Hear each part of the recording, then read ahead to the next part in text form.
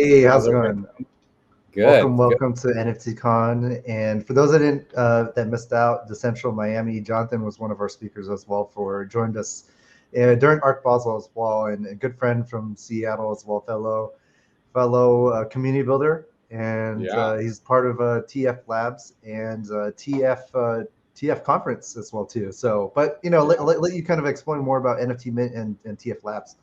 Awesome. Yeah, thanks, Justin. I always love the events that you put on. I'll never miss one of those. If you're in the chat, if you're watching the YouTube, make sure give some thumbs up for Justin right now, because he and his team always put on really great events. Yeah, my name is Jonathan. I am founder and CEO of TF Labs. And so what TF Labs does is we put on conference and events and media, similar to what DCentralCon does. We do it in a little different way. And Justin speaks at my events quite a bit. We're putting one on in May that Justin will be at. And I'm excited to go to DCentralCon in Austin. Hope to see a lot of you there. I was there in Miami, as Justin said. We also do strategy, and it's a startup studio where we work on Web3 type of products. So we've been doing that since 2017. We like to focus on the intersection of commerce and Web3. And what I want to just chat about, we'll probably focus the conversation more on today, is our most recent spin out that's called NFTMint. Got the swag and everything. But what NFTMint does is we're NFT commerce infrastructure. So we work in the background so that a brand, an organization can create an NFT. We use that term with brands, which is minting, of course, sell an NFT and custody the NFT and have that all take place on their existing channels. And I'll get more into why that's important, but we handle all the crypto layer of that aspect just to make it a little bit easier for the consumer and the brand. And I guess also too, you want to share your kind of your background too as well, right? Like you came Yeah. from like the working with some of the big commerce companies as well. Yeah, definitely. Thanks for that tee up.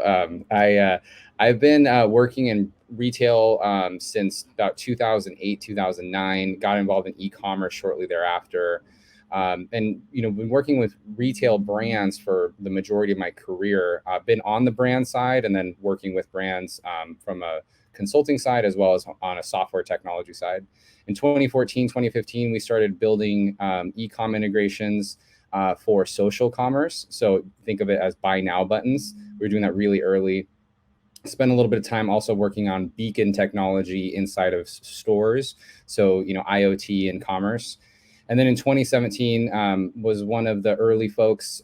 We were working on loyalty rewards as needing to be replaced with cryptocurrency. So basically having cryptocurrency as opposed to loyalty points. And it's funny because it was a totally different time back in 2017, 2018.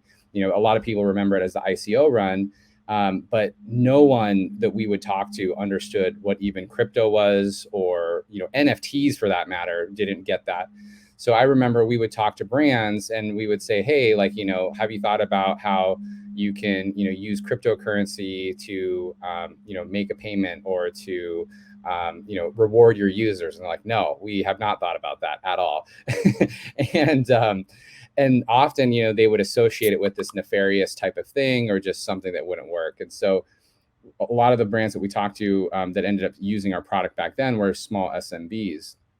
And I always love sharing this because, I remember CryptoKitties came out like 2017, I think it was. And so, one of the things we never deployed it, but we were thinking about was, which kind of is a funny way or word to say, is human tokenization. And so what I mean when I say human tokenization is having a human be represented. The NFT is representing a human essentially. And from a commerce standpoint, you think about how the metadata can change based off of purchase volume and those sorts of things. So anyways, fast forward to what we're doing now with NFTMint, it's been pretty interesting because when we would talk to brands back then, they wouldn't talk to us. And now with NFTMint, we have brands who actively come out to us and are trying to figure this out. Most of them don't necessarily know what they're doing, but they're like, hey, we saw this other brand doing NFTs, so we'd like to do something too. And that's really kind of the origins of how we started putting our past history together to create what NFTCON is. I just saw Deluxe Glow. Brands want that dough. Actually, let me touch on that. So Deluxe Glow, I love that. So look, I think you're right in that brands do want the dough, but I believe that the proper brands are going to think of NFTs as inventory. So let me touch on what I mean by that. So right now, the most prominent use case in NFTs is this rare, scarce avatar type of product, right? And I use the word product all the time because like anything that you sell, I think of as a product. So you have your Bored Apes and you have your Cool Cats and all these different great projects that are awesome. And I love all those projects. But from a brand perspective, that's just like one use case a bit for them overall. If a brand was to get into NFTs only to work on PFP avatars, that's not going to probably be the best use of their time in our point of view.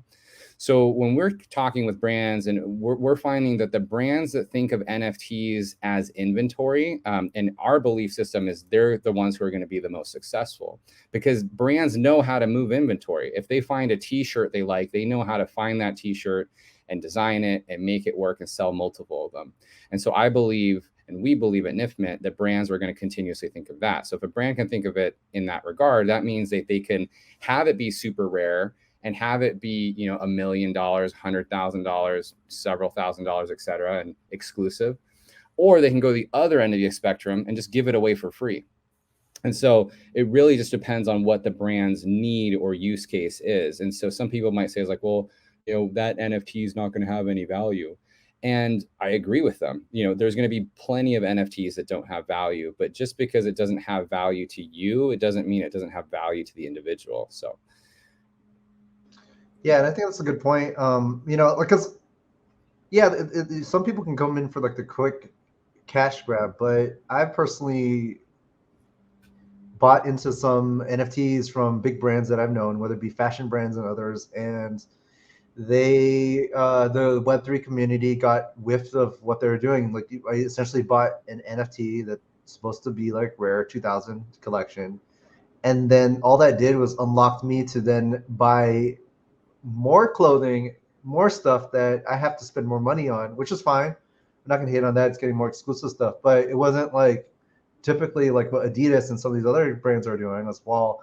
Or Gucci is doing all the different collaborations and everything. So it just felt like they were not doing collaborative. They were kind of thinking of more of like a Web2 exclusive membership and not really doing it the right way. And then what ended up happening is just there's getting a lot of community blowback from that, because they were coming in from like a pure cash grab standpoint, not being collaborative and providing value. They could have just thrown up some like NFTs, some discounts, Sure. extra more additional perks, right?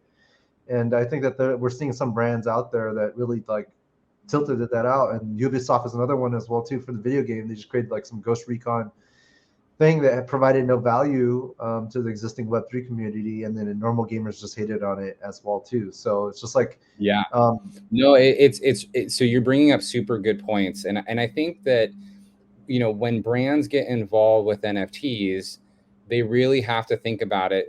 I think it's a marketing function, right? I think that the VP of e-commerce, the VP of marketing, the VP of digital, these are all the people that really should be thinking about how the brand starts to associate to NFTs.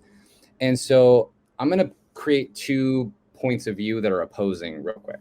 So I believe that a brand should, and I don't think a brand should skate in the middle. So I think a brand should live on either side of this. And I'm actually okay with either way they do.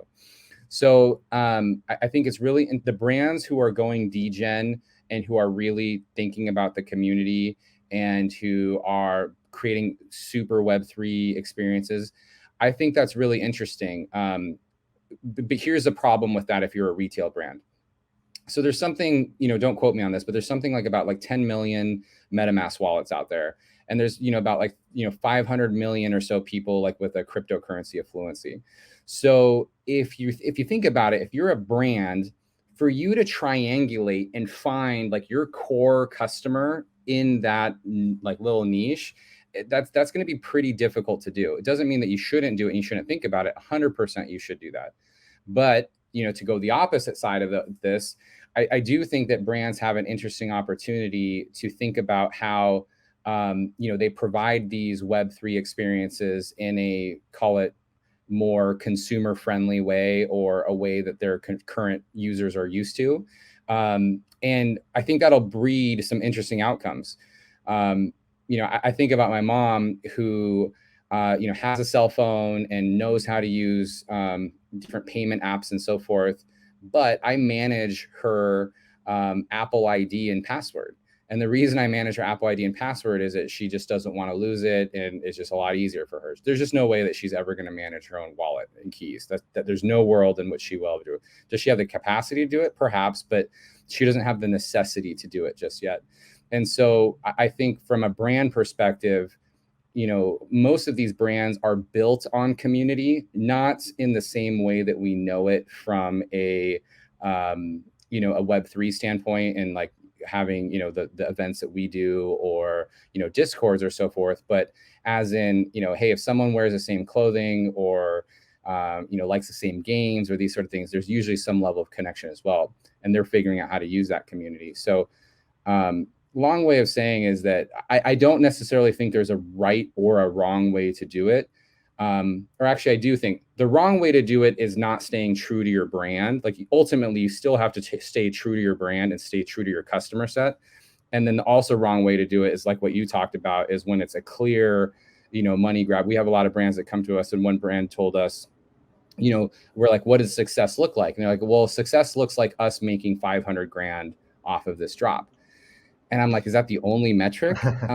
And like, well, yeah, and I'm like, and so I had to like really talk to them. I'd be like, well, I'm assuming the way I would love for you to answer that is, we want to, create a community of X amount of people that have access to X amount of things. And like the net result of that is that you're going to have some revenue, associated to it. Right. And I think that's really the way to go about it. Just because, you don't create t-shirts just to make 500 grand, you create t-shirts to build your brand. Exactly. And I think that, yeah, whoever's coming in from a short term is just not going to make it, to be honest. And it's just like, it's not the right play right now. The NFTs are still so new anyways. It's so bleeding edge. It's potentially like high net worth apes are coming in. It's people that want to be like in the front leading crowd. So we have to come in with that mentality, with like, you're trying to come in with a little bit more early adopters and go with that angle, in my opinion. But there's different plays out there, and people are trying to still figure out how to address the masses and everything. So I just think at the current stage that we are, go think about it from a marketing play standpoint. And I think we're seeing some of the brands out there, before they're doing their own drop, they're doing just more like collaborative of their entrance. Like Puma is like messing around with the cat blocks. Something that's just like low friction, low touch. It's just like it's collab marketing. They don't lose anything. The upside there is just create digital designs and assets. Obviously, it has to be on brand, but allows them to just like sprinkle their name across. And as long as it's not a rug, and they can play it out and see how it goes. It's like Snoop Dogg now is just taking over all things metaverse, even Call of Duty now, even outside the metaverse as well, and building up that brand association. Obviously, you don't want to dilute it in a way too, to make it more meaningful, but what value can you provide to the community, I think is also key. I think you're so right. I think you're so right on all those statements. If I'm a retail brand, it doesn't mean that I'm going out and buying a Bored Ape, because, perhaps that's a really big investment for a brand to do at this current state. But, what are, NFT projects that are adjacent to the brand experience that you currently have, and becoming a part of those, just strictly buying one end of those NFTs. And again, that doesn't mean that as a brand you have to go full degen by any means, but you're going to learn so many things from how that community operates. And then when you do, in fact, do your drop, you're probably going to get the support of that community. Again, as long as it's done in an authentic way. And it was clear that you do care about this. One of the fun things I'm finding is, we're talking to brands and organizations, and typically there's one person who's spearheading the conversation, and every once in a while there's a full degen inside of the org. And so I just find that super fascinating. But more often than not, there's at least one person that's fully invested. Mentally, they maybe have a couple of NFTs. And they're just like, yeah, we see this as a really interesting opportunity, for us overall. And the gamut's really wide, by the way. A lot of times we might think of NFTs as being strictly hyper cool type of brands, right? Like your skatewear brands or your streetwear brands or your athletic brands. But brands of any type can really think about NFTs for their business. Again, if they come at it from this inventory point of view, whether that means it unlocks experiences, unlocks value, unlocks access. And for example, we have a client who is a religious ministry, a Christian ministry, and we just did a big NFT drop with them, where they have a big national conference, and they wanted to gift every single person that attended an NFT, and we did that on the Polygon network, for example. So someone might look at that and be like, oh, like, why would they use it? Well, they see the value of rewarding their constituents, their members, and that becomes really interesting to them. Where we've had even movies, games, and again, yes, we do get a lot of people that come to us and be like, hey, how can I make $1 million? Or they'll be like, oh, we'll sell 10,000 of these at $250. So our value is $2.5 million. And it's like, that's not really how math works. I mean, I know that's technically the math, but that's not how value works. I think those type of projects companies and brands will work themselves out eventually overall. So I'm not super worried about it. But more and more, I think, in a 5-year outlook, I think there will always be the market that we see right now for how NFTs work with with individuals and these rare. I think that's going to be here for a long time. But then I think what happens is we come into this world where a phrase I always like to say is boring NFTs will take over. And when I say boring NFTs is when I start thinking about, literally, as crazy as it might sound to some of you listening, is tokenizing everything. Because economies of scale are going to come into play, costs are going to go down, and infrastructure is going to be much better. So, if you're a brand or an organization and you can give someone a PDF, JPEG, PNG, or you can give them a file type that has, how many were created, your ownership rights, and it just happens to also have, image representation, of course, you're going to pick the latter. Yeah, definitely.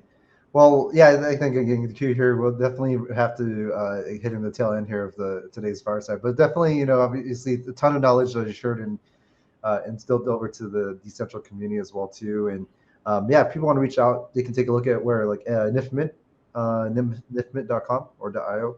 Yeah, exactly. nifmint.com, which you'll see my tag there. You can find us there, or feel free to hit me on Twitter at JG Product, letter J, letter G Product, and message me. And happy to chat with you all. Thanks so much, Justin. Awesome. I always appreciate your events.